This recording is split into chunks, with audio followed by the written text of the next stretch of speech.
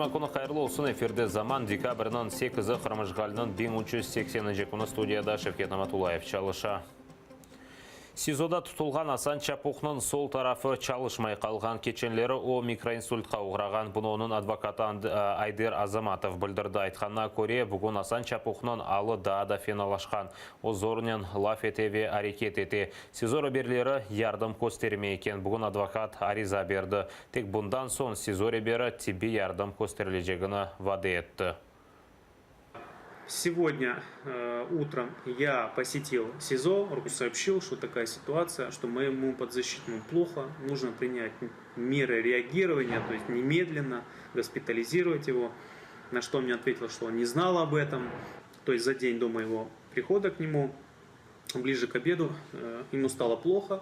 Вот.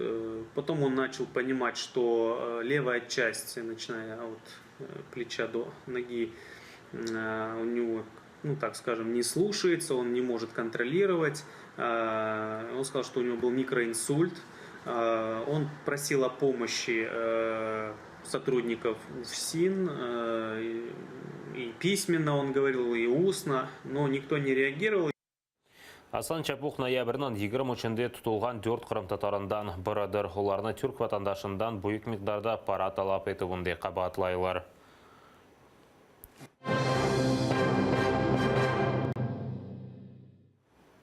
Ахмеджетлі Хизбут Тахрир давасым абуслеріні ишғалжілер абсте тұтов мұдетіні девам еттіре. Бүгін бірден 5 қырым татарының іші бақыла.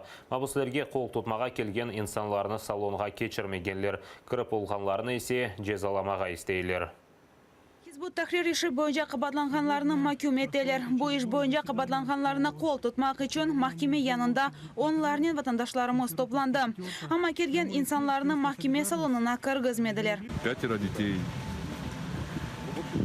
Дети соскучились по отцу. Приезжаешь на суды, детей не пускают. Уже даже и родственников самых близких не пускают. 4 детей дома. Бабушка на иждивении. Он присматривал за бабушкой. Ей 90 лет. Незаконно обвиняют. Беспредел.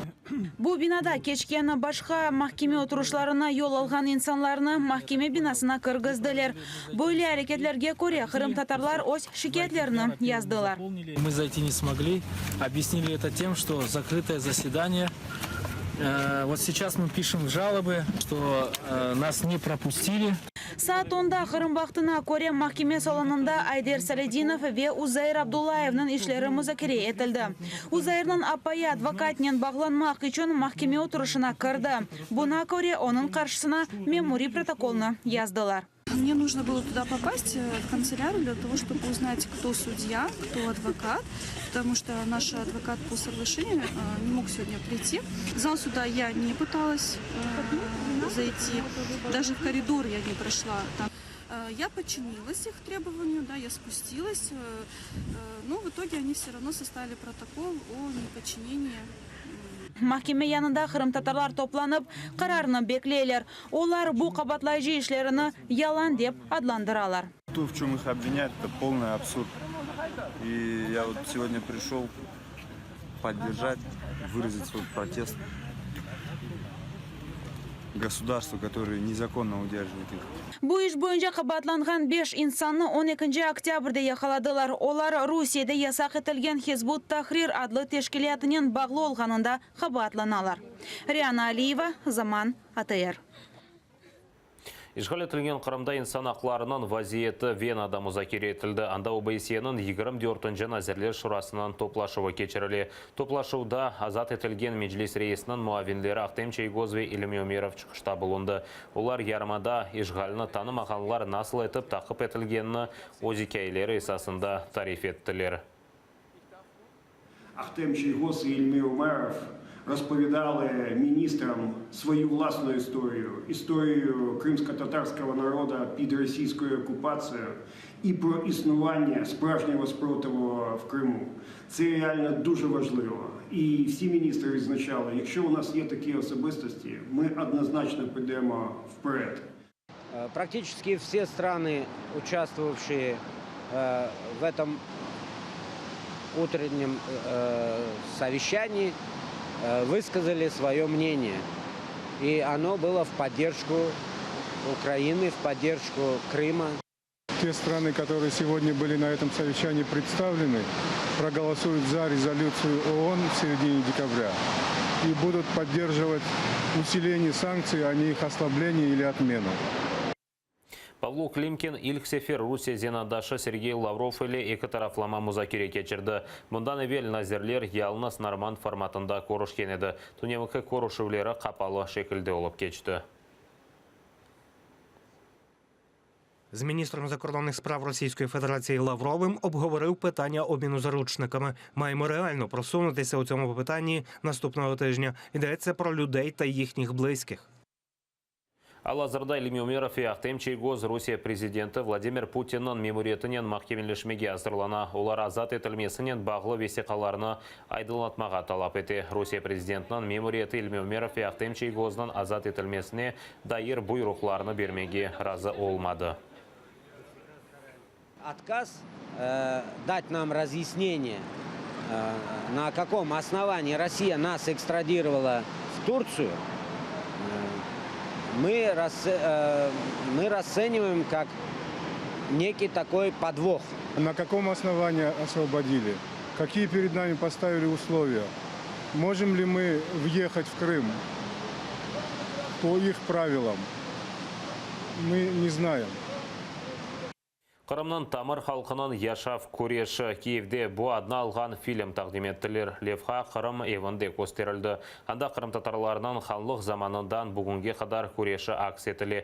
Левха инглизже азырланды. Оны четелде көстермеге ниетленелер. Две основных части. Это история и трагедия крымско-татарского народа, и вторая часть – это борьба, ненасильственная борьба, что крымские татары не просто народ, подвергшийся, у которого трагическая судьба, а это народ, который борется за свои права и свободу.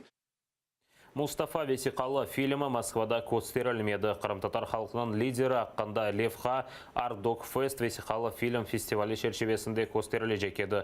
Ләкин себебіні аңлатмайып, оны көстеруден шығардадылар. Левха Мустафа Джемилевнің Қырымға қайтмақ үшін алып барған көрешіні икайеті. Мустафа фильміні Қырым-татар режиссері Ахмет Сарыхалил шығарды. Кинотеатр мемориеті фильм не себептен көстерілмегені да изатламады.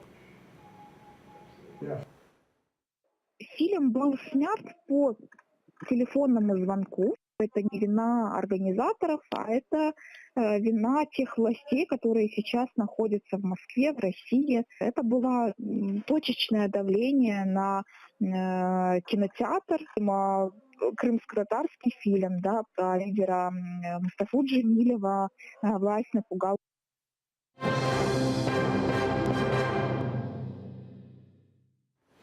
Украина диверсантлары давасында қабатланған Андрей Захтей СИЗОда умыр арқадашынен көрішті. Бұл ақта Оксана Захтей атыры телеканалына білдірді. Андрей Захтейінің сағлығы феналашқан керекли илячылар берілме екен. ФСБ қадемлері кечкен сені августның 7-сінде Қырымда теракт азырлаған тақымны яқалады деп білдірген еді. Тұтылғанлардан бір Андрей Захтей еді. Украина кеметі бұны Русияның провокациясы деп адландыра. Условия никакие, но питание тоже, у него гастрит, язва. Понятно, что с этим уже как бы здоровье пошатнулось. У него гайморит, там сыро, конечно, что вот у него обострение. Спина после побоя вот этих, как задержали. Руки у него, да, ребра у него там что-то срослись не так, его все болит. Руки, ноги затекают, конечно. Ну так, тут медикаменты передать сложно.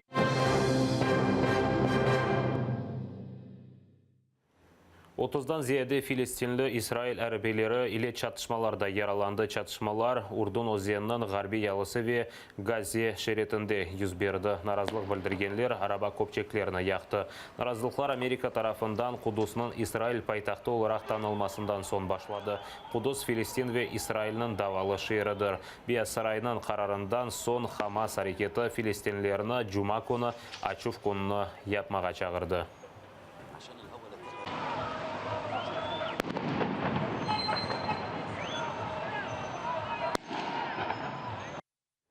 Ұсат қазір олған соңки қаберіміз едепіңізге қайырлы ақшамлар тілейм дайыма атырылы олыныз вен невбеттеке заман яйларына сейретмеге ұнытманыз көрішкенже.